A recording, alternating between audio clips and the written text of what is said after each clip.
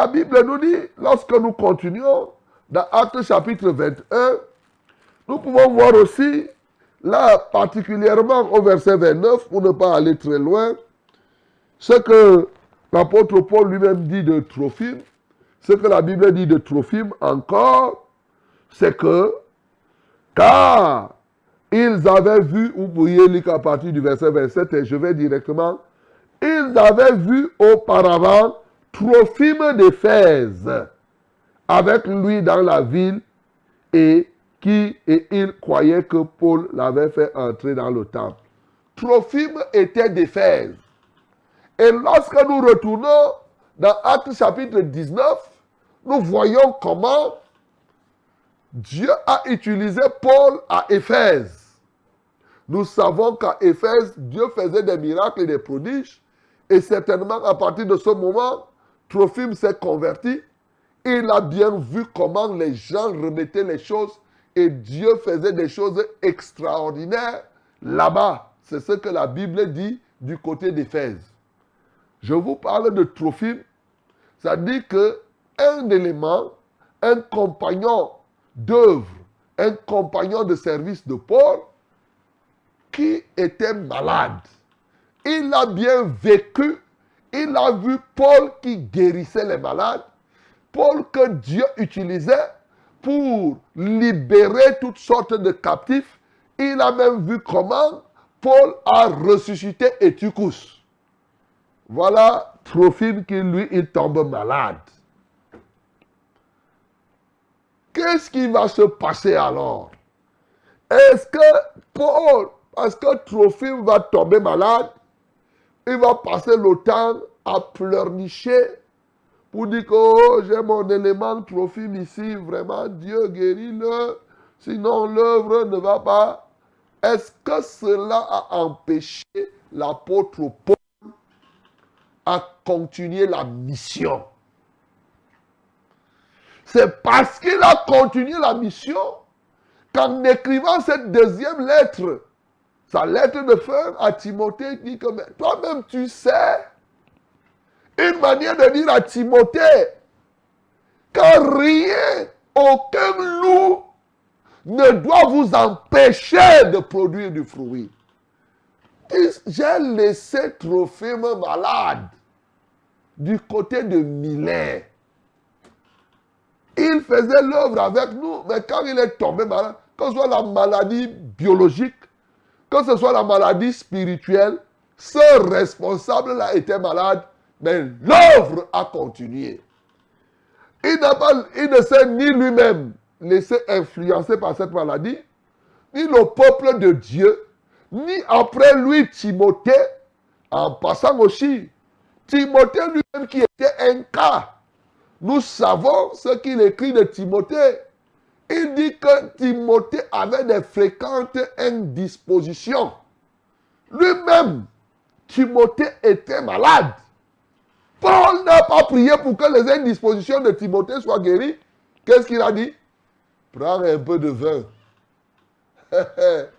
Et pour tes fréquentes indispositions, ne continue pas seulement à boire de l'eau. Ah, je vois quelqu'un qui risque de tomber dans le piège en disant que, voilà, non, on vous a toujours dit, il faut quand même qu'on boive un peu, et ainsi de suite. Bien-aimé, ce n'est pas ça. Ne fais pas l'erreur. Voilà. Ici, Timothée ne s'est pas prescrit lui-même la boisson, premièrement. Donc, toi, tu t'es mis à boire. Qui t'a dit? C'est moi qui t'ai dit de boire. L'apôtre, c'était Paul. Timothée était celui qui marchait avec Paul. Il n'a pas dit que j'ai des fréquences d'indisposition, je bois moi-même. Non, c'était la prescription. C'est une prescription médicale. Et comme toute prescription médicale, ça a un début, c'est une fin. C'était un remède. C'est comme l'alcool là. Si tu te blesses, si tu me dis que pasteur, je viens de faire ça, je me suis blessé. Je dis, mais l'alcool. Sur ta blessure, tu vas aller dire qu'on manque te prescrit de toujours boire l'alcool ou bien mais c'est pour l'occasion où tu t'es blessé, tu as un problème, utilise l'alcool. Ce n'est pas pour dire qu'à tout moment tu dois boire. Ça veut dire que quand la plaine ne sera plus là, tu ne dois plus utiliser l'alcool. Donc, bien aimé, c'était une parenthèse. Alors, je suis en train de te parler de quelqu'un comme Trophime qui a été avec Paul, mais la Bible nous dit ici que Paul, bien que Trophime fût malade, Paul a continué l'œuvre. Le peuple de Dieu a continué à faire le service de Dieu. Bien-aimés dans le Seigneur, à partir de ces cas, il y en a plusieurs. Je peux vous parler d'Épaphrodite aussi, dans Philippiens chapitre 2. Je peux vous parler de plusieurs cas comme ça là.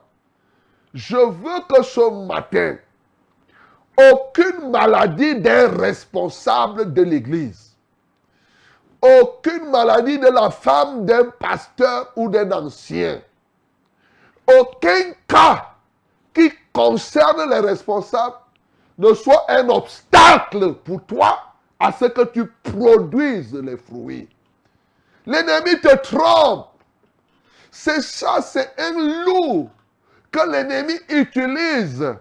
Oui, nous prions, on a lu ce matin le psaume 103, le verset 3, il est réel.